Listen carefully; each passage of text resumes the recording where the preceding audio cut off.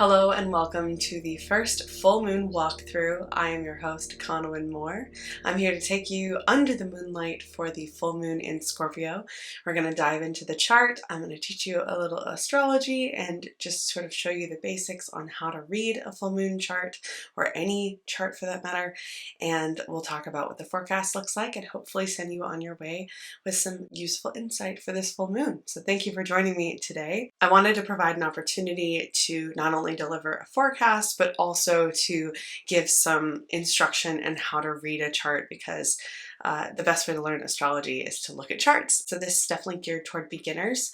However, hopefully if you are not a beginner and you are more well versed in astrology, you gather some insight from this as well and just take the opportunity to connect with the universe's energy together. This is an exclusive astrology forecast for my Blue Hour newsletter subscribers. So thank you for being a subscriber, and continue to look for these every month. I intend to put them out for every full moon, as well as a lot of other astrology for the Sabbats and major transits in our lifetime. So if we take a look at our chart now, this chart is a 0 degrees Aries rising chart. So that means that the houses right now are built upon the 0 degrees Aries. So even though where I'm from in Seattle, Washington State, United States, the time is going to be 4:49 p.m. when this full moon is in Scorpio. Wherever you are at, you want to convert this time to your time zone. So East Coast time, you're going to be 7:49 p.m. And whatever time you look at based on your time zone, the planets should align in the same manner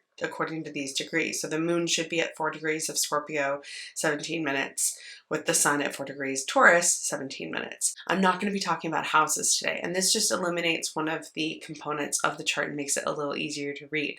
But if you are familiar with the houses, you can gain more insight by looking at your local chart for this full moon and seeing where these houses are being lit up in your time zone. As well as you can look at the sun at 4 degrees Taurus, the moon at 4 degrees Scorpio in your own natal chart and see what houses that's lining up for you to gain even more insight. And also to see, is there anything that this full moon is touching? What else is at 4 degrees in your chart? Is it communicating with other planets? It can be really helpful to put this with your own natal chart, as well as look at your local time chart and see in your community what is being highlighted, as well as what is being highlighted in your own life. So we have, as I said, our sun is here at 4 degrees of Taurus, opposing. This is the opposition. This symbol right here is opposition. The moon at 4 degrees of Scorpio at 17 minutes. This creates a full moon. If we consider where we are on Earth, we're standing somewhere in the middle here, and this is a map of the sky. So we know that when there's a full moon, the sun and the moon are on opposite ends of the Earth, and the sun is illuminating in its full glory our beautiful moon in the night sky. So that is why they are opposing one another. This is also why full moons often are around relationships, because with oppositions we typically see the energy coming from another or in relationship to something, because they are facing each other, they're looking at each other, right? They're not together in each other's blind spot. So they're fully illuminated and looking at each other in relationship, and relationships are, of course, highlighted with full moons. So we know with full moon, in terms of magic and in terms of astrological correspondence, this is a time of illumination. This is a climax. This is, where things might be manifested or manifesting. I really look at this time as a potential for illumination and clarity and gaining insight, learning new things, having things come out of the darkness, using that energy to better make decisions, make critical adjustments in your trajectory if needed, to come upon realizations, revelations, and have that energy focus you in a better way forward. But sometimes that can come with hardship and with loss. Oftentimes with full moons we do see loss as a theme here. What do you need to let go of in order to move forward? And what is being highlighted that is going wrong, right? And how do we adjust that? So there can be some hardship and some bittersweetness, I think, with the full moon, despite it looking so magical in the sky. And the Scorpio full moon for this month is no exception. We just had the eclipse on April 8th in Aries. This full moon now, as the lunation following, I really look at as a very clear indicator of where where are we on our new pathway out of this eclipse. This kind of marks the end of the eclipse season, that 6 weeks of truly intense energy. So where are we in this process, in this journey? What has been illuminated for us? What insights have we gathered from this whole thing? And where are we headed? Are we headed in a direction we're liking going? Is it getting worse? Is it getting better? It's up for you to decide. So I think that this lunation has the potential to really kind of hit us where it hurts most, in our raw, vulnerable place. The Scorpio moon is a tougher placement for the moon. The moon is really exalted in its opposite sign of Taurus because it's a little bit more comfortable here. It's secure. It feels like its needs are being met. It's nourished. And in Scorpio, it closes off and becomes a lot more private, secretive, and a little bit more hyper-focused. So it can get kind of possessive or obsessive about certain things. It can feel very protective. And by no means is the Scorpio moon a bad moon to have. No hate to any Scorpio moons out there. It can just make that outward expression of comfort and satisfaction a little bit tougher for the moon to access. Also, Scorpio tends to live in a little bit of a wound. They're able to see wounds in others and help them transform, but because of that, the moon comes from this place of feeling wounded up front, and so it's not able to just relax. Now, the Taurus-Scorpio axis is very much concerned with security, with control, with resources, with wealth. So, because with wealth and resources comes an element of power and control as well. So, with this full moon here, this might be highlighting these themes for you in your own life. This also might be highlighting the whole notion of control. And here's what's so interesting about this full moon. Now, I would say a Scorpio full moon is going to be intense, emotional, powerful by itself, even if it wasn't making any aspects. However, as you can see here, these two red lines, now they're faint, right? This opposition is exact. That's why it's so bold on my astrology software.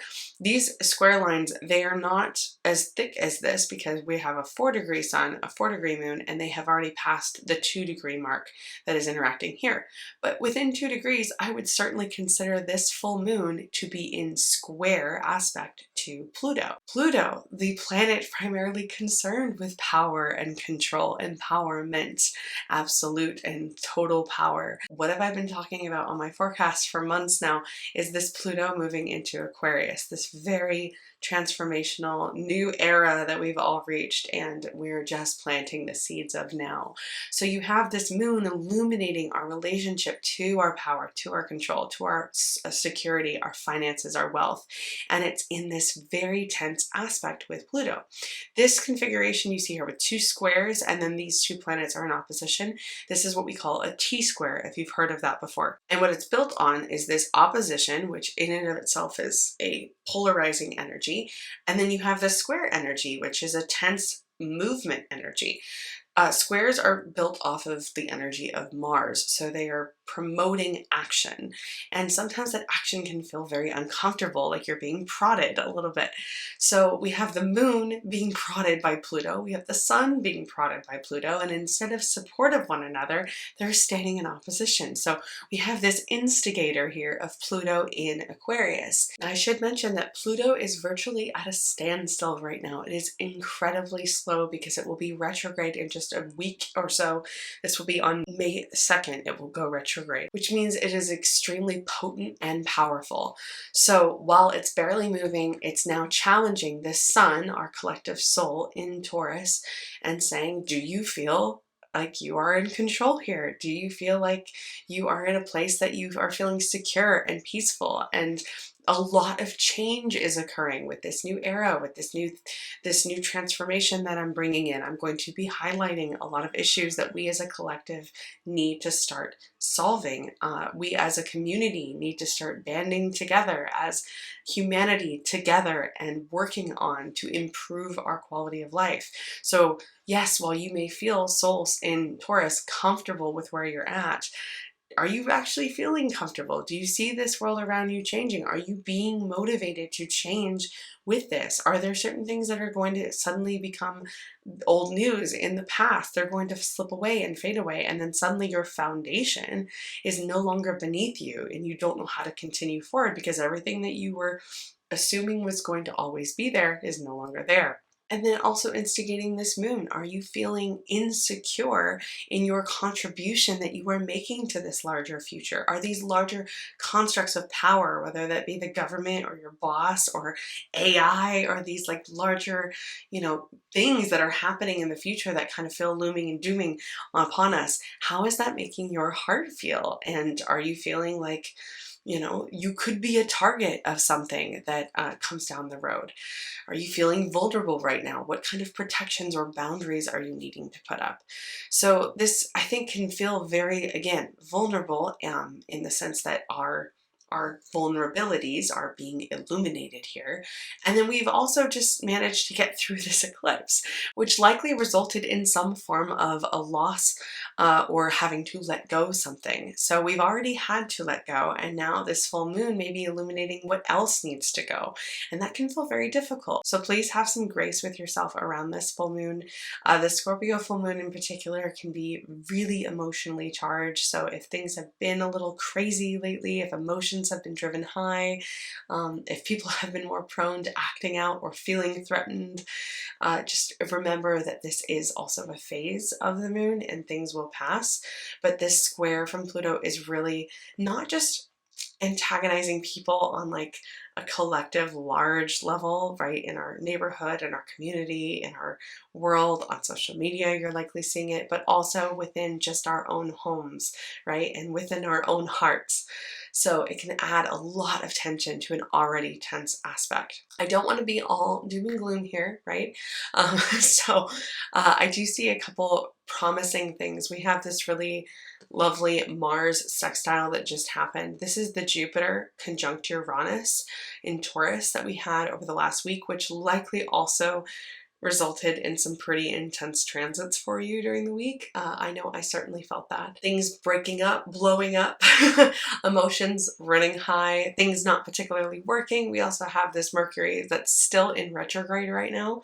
And so it's going to be going direct in just 2 days, and we'll have a short period between the Mercury going direct and Pluto going retrograde that everything will be moving forward again. And Mars is still, while it's separating, so it's not going to be as strong, Mars is still in a sextile to this conjunction. So if you are worried that you haven't made the best use of this, you want to do some magic around what you would like to see in a breakthrough or break up or break down or whatever you want to expand. Remember, Jupiter is an expansion energy. You still have time to work with that. Mars is still in a really supportive place, and it's coming together with this Neptune. Now, what I will say is when it does join with Neptune, this can be a time where people or certain things can come into your life that seem like a savior of all, right? It'll fix all your problems. It'll make all your health issues go away. Just be wary of that. Be wary of people that are trying to pull the wool over your eyes during that time. But it can also be a time of profound spiritual exploration and fantasy that you dive headfirst into. Mars with Neptune, this is bringing action and passion into our spirituality, into unconditional love. How can you be a warrior that goes out to promote more love? Mars conjunct Neptune has this potential to really fight on behalf of love, to protect on behalf of love. Mars has the potential here in Pisces to act on the behalf of a much larger collective, to move past the ego and serve, Pisces, on the behalf of a community, a whole, the universe, right? And this is also a profound time if you want to do some of that kind of exploration with astral traveling, with deep meditation, with past life regression, to illuminate, right, some of your soul's journey around this time. The eclipses, while we're no longer in eclipse season, I would certainly say, because we still have Mercury conjunct the North Node and everything is still so close to Chiron here, it's still a really wonderful opportunity to make use of that sort of thinning of the veil energy and discover more about who you are as a soul creature on this world. Go get a reading, and it doesn't have to be with me, but of course I'm available for readings. You can check out my booking calendar now on my website, but you could go get a past life regression or do some hypnosis on yourself or with somebody that you trust, with a professional, when we can take these transits and kind of make them work for us, especially using the supportive energy, like for instance the Mars sextile Jupiter Uranus and Taurus. Taurus coming up in that approach to Neptune in Pisces, and Mars is always stronger in that approach versus when it actually conjoins. We feel it as it approaches the planet. So right now it's a really great opportunity to really combine the idea, the archetypes of like passion and energy with Neptune, that spiritual, unconditional love, higher consciousness plane. So if you've been wanting to do something like that, I would encourage you to try with a trusted person or professional. Remember too that Scorpio and Pluto as well, they rule over things that are secret, that are buried, that are underground, that are behind in our consciousness, our shadow work, right? An amazing time to do shadow work. So I hope this gives you some ideas of how to work with this energy. I know we kind of barely touched on all the planets. There's of course a lot in the chart, but as we go forward and do more of these full moon walkthroughs, I hope that you continue to watch, continue to learn. I will be, of course, covering everything major that is in the chart, and I cannot wait to bring you more messages, more things here to you as a Blue Hour subscriber. So again, thank you so much for subscribing. Be sure to subscribe to Bonfire Babble podcast if you're interested in listening to my seasonal forecast that we come out with at the beginning of every zodiac season. And you can also follow me on Instagram if you're interested in my transit posts, where I also include tips on magic in conjunction with the astrology, and look out for the upcoming Vyaltana message on its way next week to you. I wish you a life of divine purpose and glory, for you are worthy and you are free. Blessed be.